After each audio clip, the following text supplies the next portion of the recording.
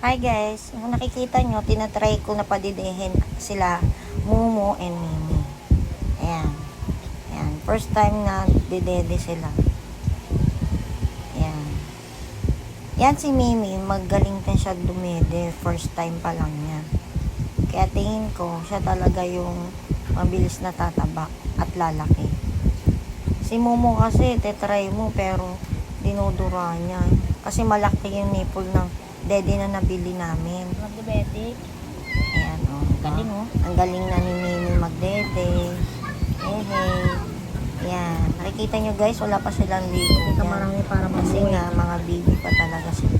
Kasi pinabayaan sila mga magulang Nakikisali pa nila. si Putol, oh. Hindi na makisali Putol. Dede siya. Kaya tinadap na Dede lang din daw siya namin. pa. Wow, ang galing naman ni Mimi. Very good. Ayan guys. Update namin kayo guys sa mga susunod pa na mga araw. Habang lumalaki sila at natuto na silang dumede. Yung kapatid niya.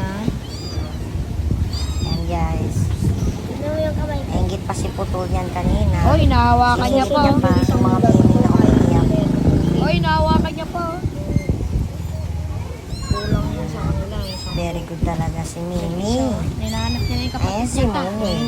Si Momo yung black. Si Mimi yung orange. Paano mo kasi ito ko gusto ko na. Ayan guys. Ayan.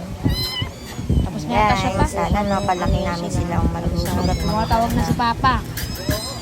Para sa mga susunod na update, paki-like and share po. Bye!